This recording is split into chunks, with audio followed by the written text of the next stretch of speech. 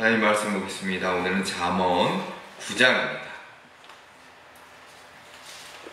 잠언 9장 1절부터 18절까지의 말씀입니다. 잠언 9장 1절부터 18절까지의 말씀을 한 절씩 교독하겠습니다. 지혜가 그의 집을 짓고 7 기둥을 다듬고 자기의 여종을 보내어 성중 높은 곳에서 불러 이르기를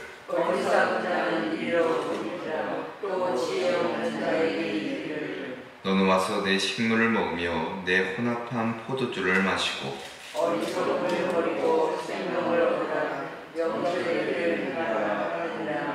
거만한 자를 징계하는 자는 도리어 능욕을 받고 악인을 책망하는 자는 도리어 흠이 잡히느니라.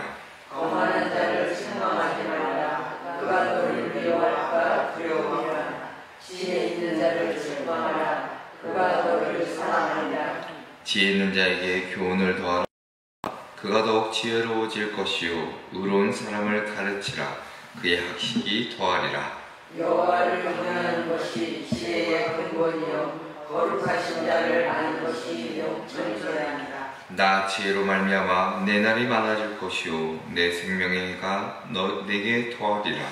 내가 만일 지혜로우면 그 지혜가 내게 유익할 것이나 내가 만일 거만하면 너 홀로 회를 당하리라.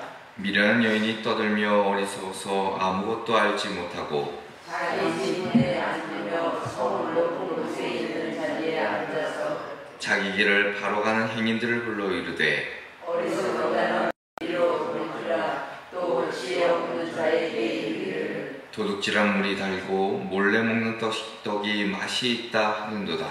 오직 그 어리석은 자는 죽은 자들이 거기 있는 것과 그의 객들이 수월 깊은 곳에 있는 것을 알지 못하느니라. 아멘. 할렐루야. 아멘. 오늘도 새벽 전에 나오신 우리 성도님들과 그리고 영상으로 예배에 참여하시는 우리 성도님들에게 하나님의 크신 위로와 삶에서 주신 인도하심이 있기를 먼저 주님의 이름으로 축원합니다. 오늘 말씀의 제목은 지혜의 길을 걸으라 입니다. 지혜의 길을 걸으라. 먼저 세 단락으로 좀 나눠보면 1절부터 6절까지는 지혜가 우리를 생명의 길, 그 자리로 인도하는 내용이 기록되어 있고, 그리고 13절부터 18절까지는 어리석음은 우리를 파괴의 길, 결국 멸망의 길로 유혹한다는 것을 기록하고, 그리고 마지막으로 13절부터 18절까지는 하나님을 경외하는 삶이 지혜의 근본임을 다시 한번 일러주는 말씀입니다. 자, 오늘 우리는 지혜의 문학이라 불리는 잠언의 절정 가운데 하나인 9장을 함께 읽으셨습니다. 이 장은 마치 인생의 갈림길에서 인간의 존재에게 양쪽에서 들려오는 두 목소리를 극적으로 그려내고 있습니다. 한 목소리는 초대하는 지혜의 부드럽고도 아주 강직한 호소가 담겨져 있고, 또 다른 하나의 목소리는 요란하지만 공허한 어리석음의 유혹의 목소리가 담겨져 있습니다. 마치 고대 시장의 광장에서 두 여인이 동시에 외치며 지나가는 행인을 붙들어 세우는 듯한 장면이 오늘 이 9장의 말씀 가운데 기록되어 있습니다. 자, 우리는 오늘날도 수많은 선택의 기로에 서 있습니다. 늘 우리가 무엇을 먹을지, 무엇을 입을지, 누구를 만날지와 같은 일상의 결정부터 어떠한 가치관으로 살아갈지, 인생의 방향을 어디에 둘지와 같은 아주 근본적인 결정까지 수많은 선택의 길에 놓여 있는 것이 우리의 인생이라 할 것입니다. 이 선택의 현장에서는 우리의 선택은 늘 중립적이지 않다는 사실입니다. 내가 선택하는 길은 곧 내 인생의 방향을 결정하게 되고 내 존재, 내 삶이 어떠한지를 또한 드러내기 때문입니다. 오늘 잠언 9장의 말씀을 보면 히브리 문학의 특유의 대조적인 구조를 통해 우리에게 귀한 메시지를 던져주고 있습니다. 우리는 지금도 여전히 두 음성 가운데 살아가게 됩니다. 하나는 지혜의 음성이라 한다면 또 하나는 어리석음과 유혹의 음성이라 속삭임이라 말할 수 있습니다. 문제는 우리가 어떤 선택을 하느냐에 따라 우리의 인생이 분명 달라진다는 것입니다. 그래서 잠언 9장은 우리의 일상과 우리의 신앙을 다시 한번 점검하게 하고 늘 선택의 순간마다 우리가 어떤 삶을 살아가야 진정으로 복된 삶인지를 깨닫게 해주시는 본문입니다. 그래서 오늘 말씀을 통해 우리에게 주시는 귀한 깨달음이 무엇인지, 은혜가 무엇인지를 함께 살펴보고 기도의 제목을 얻고자 합니다. 그 첫째로는 생명의 자리로 돌아가야 합니다. 생명의 자리로 돌아가야 합니다. 오늘 우리가 함께 읽으신 말씀은 단순한 은유가 아닐 것입니다. 오늘 9장 1절에 이렇게 시작합니다. 지혜가 그의 집을 짓고 7 기둥을 다듬고 라는 문장으로 시작합니다. 성경에 보면 이 지혜라는 추상적인 개념이 인격화되어 우리에게 다시 한번 설명해주고 있습니다. 자, 성경이 지혜가 그 집을 짓고 라고 말합니다. 자, 집이라는 것은 단순한 건축물이 아닙니다. 고대 사회에서 집이라는 것은 어떤 정체성을 드러내주는 공간이기도 하고 공동체가 모이는 중심이기도 합니다. 그리고 더 나아가서는 삶의 방향을 결정짓는 구조물이 바로 이 집입니다. 자, 그런데 이 집이 그냥 세워진 것이 아니라 오늘 1절의 말씀을 보면 7 기둥을 다듬었다 라고 이야기합니다. 자, 7이라는 숫자 우리가 많이 들으셨을 텐데 7이라는 숫자는 완전함을 이야기하죠. 충만함도 이야기합니다. 그러니까 하나님이 보시기 좋았던 창조의 숫자이기도 하죠. 그 지혜의 집이라는 것이 결코 허술하지 않고 시간과 정성을 들여 완전하고 견고한 구조로 세워졌다는 것을 말합니다. 마치 예수님이 반석의 집을 지은 자, 그것을 지혜로운 자라 말씀하신 것처럼 이 지혜의 집이라는 것은 어떤 공간은 폭풍과 바람 앞에서도 흔들리지 않는 하나님 안에서의 영적인 견고함을 상징하고 있습니다. 바로 이 지혜의 공간에 우리를 지금 초대하고 있는 겁니다. 자, 2절에 보면 이렇게 또한 기록하지요. 짐승을 잡으며 포도주를 혼합하여 상을 갖추고. 어찌 보면 이 단순한 물리적인 식사 준비가 아니라 어떤 은혜의 상징을 뜻하는데, 포도주를 혼합하다라는 표현은 고대 근동 문화에서 기쁨과 잔치를 위한 특별한 준비를 뜻합니다. 그러니까 지혜라는 것은 생존이 아니라 어찌 보면 풍성함과 그 기쁨의 잔치로 우리를 부르고 있는 겁니다. 그리고 3절과 4절에 보면 지혜가 종들, 여종을 보내어서 성읍의 높은 곳에서 외치게 합니다.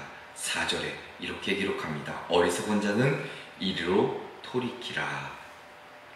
또 지혜 없는 자에게 이르기를 너는 와서 내 식물을 먹으며 내 혼합한 포도주를 마시고 6절에 어리석음을 버리고 생명을 얻으라 말씀하고 있습니다. 자, 먼저 어리석은 자는 이리로 돌이키라 4절에 기록하지요.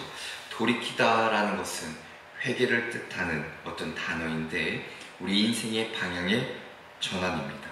죄와 밀어남에서 지혜와 생명의 길로 돌이킬 것을 어찌 보면 회심을 요청하는 것이죠. 어리석은 자의 거리 한복판에 걸어 들어가 그들을 불러내는 겁니다. 이게 바로 하나님의 어찌 보면 은혜이지요. 5절과 6절의 지혜의 부르심이 단지 지식을 전달하는 차원을 넘어 삶의 방향 전체를 바꾸라는 요청이기도 합니다. 자, 오늘 말씀을 가만히 보면 강조되는 단어가 있습니다. 5절에 먹고 먹으며 그리고 마시고, 그리고 6절에는 버리고 그리고 얻으라 말씀합니다. 이 동사들은 모두 행동을 요구하는 단어들입니다. 그러니까 하나님의 그 지혜 초청에 우리에게 지금 그 응답할 것을 요구하고 있는 것이죠. 자, 오늘 우리 사회는 수많은 목소리, 우리를 초청하는 목소리로 가득 차 있습니다. 화려한 유혹, 그 미혹, 그리고 세상의 문화, 여러 가지 것들이 우리를 초청하며 부르고 있습니다. 그 안에는 지혜로운 길도 있겠지만 반면에 어리석은 자들이 가는 수많은 목소리들이 그 부름이 우리 가운데 들려온다는 것입니다.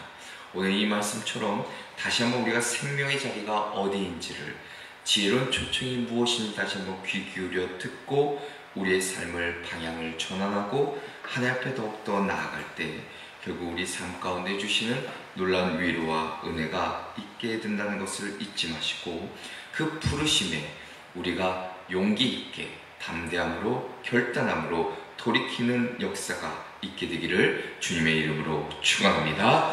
두 번째는 거만한 길에서 벗어나야 합니다. 거만한 길에서 벗어나야 합니다.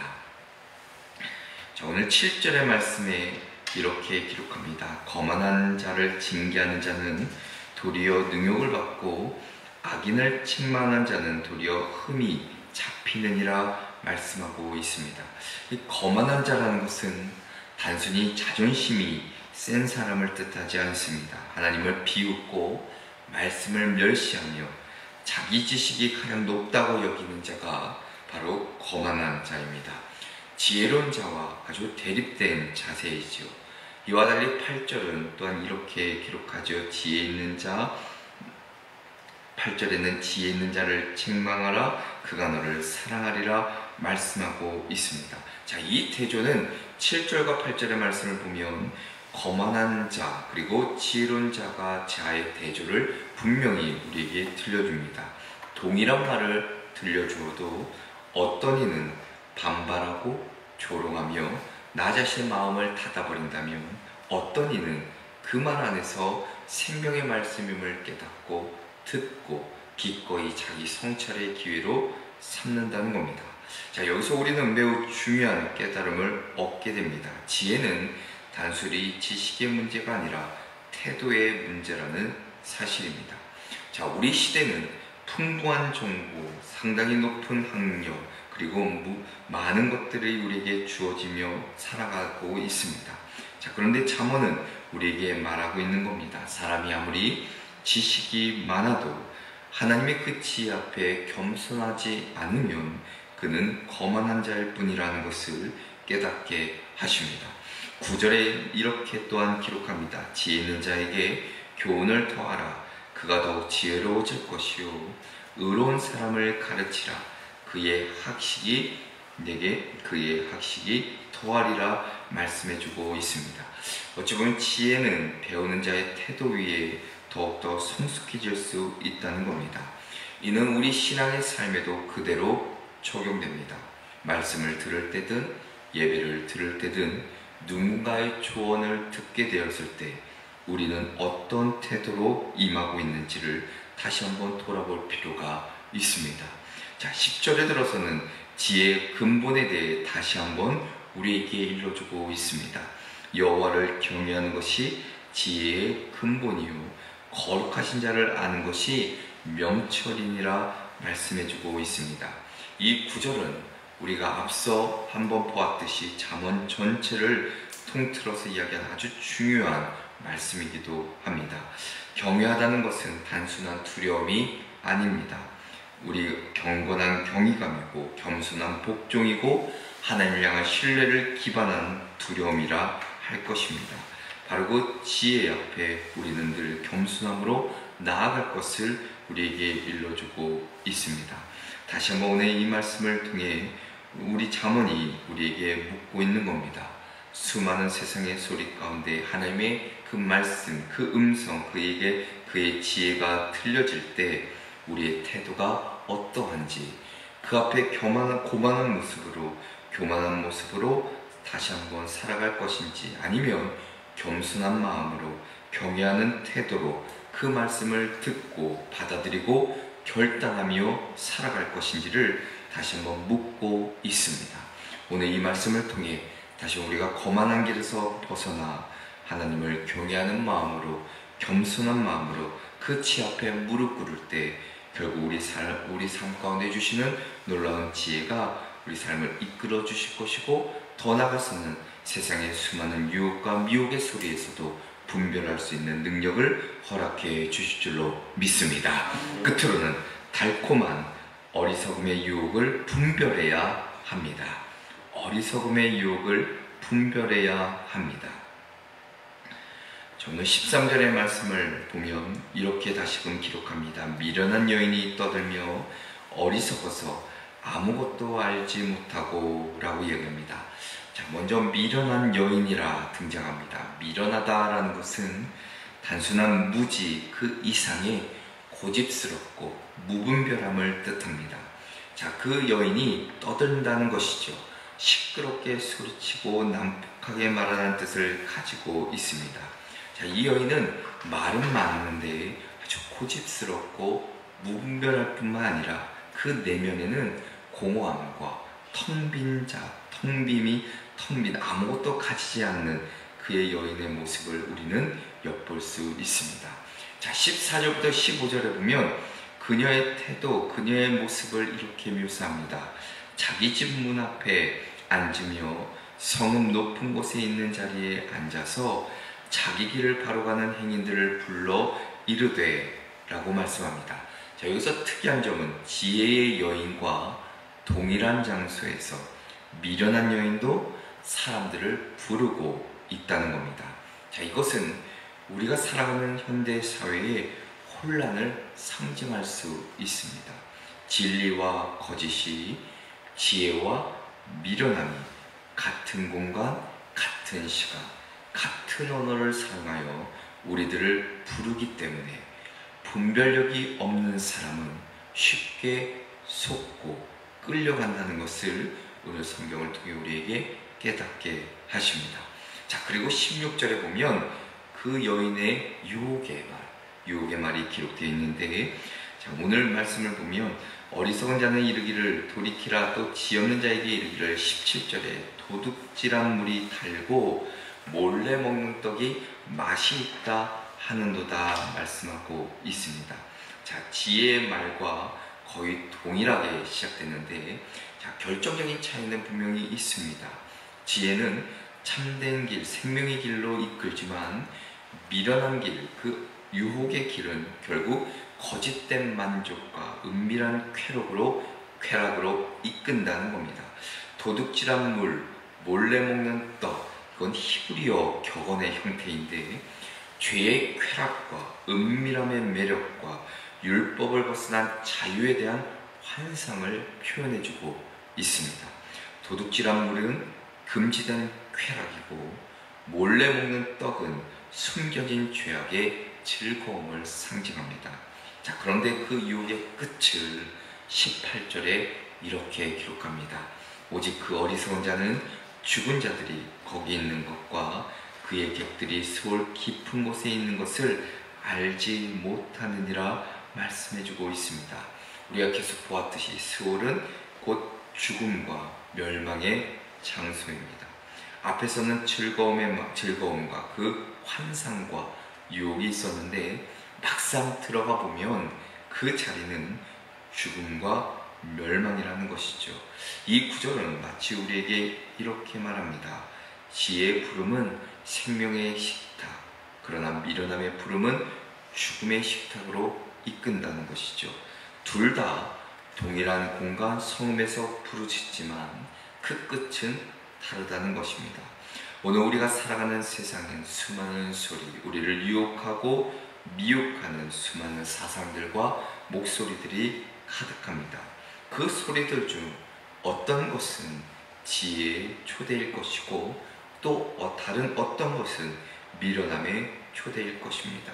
그러나 안타깝게도 그것들은 같은 문화, 같은 문법, 같은 이미지, 같은 언어로 포장되어 있기 때문에 겉모습만 보고는 쉽게 분별하기가 어렵다는 것입니다. 그러므로 우리는 늘 우리 자신을 깨어 기도하며 하나님의 말씀을 기준을 삼아 물어야 합니다. 더 나아가서 하나님께 기도하셔야 됩니다. 나에게 분별력의 은혜를 더해달라고. 하나님께 주시는 성령의 능력을 힘입어 이 어둡고 혼란한 세상 가운데 하나님의 길, 하나님이 주신 그 지혜를 붙잡고 살아갈 수 있도록 우리는 늘 기도하셔야 합니다. 그래야만 이 어둡고 혼란한 시대에 하나님의 구별된 존재로 하나님의 또한 지혜로운 자로 살아가는 은혜가 있게 된다는 것을 잊지 마시고 다시 오늘 이 말씀을 붙잡고 하루를 살아내시는 저와 여러분 되시기를 주님의 이름으로 축원합니다. 기도하겠습니다. 하나님 아버지, 우리를 지혜의 길로 부르고 계시는데 때로는 우리가 어리석어서 하나님의 음성을 온전히 듣지 못하고 늘 내 갈 길로 갔던 우리의 연약함과 우리의 죄된 길을 용서하시고 다시 한번 돌이켜 그 지혜의 길로 가고자 하오니 성령님께서 분별력과 또한 결단할 수 있는 용기를 주시사 이 어렵고 혼란한 틈에서 하나님 보시기에 온전한 삶을 살아갈 수 있도록 은혜를 허락하여 주시옵소서. 오늘도 도우실 줄 믿고 주 예수 그리스도의 이름으로 기도합니다. 아멘.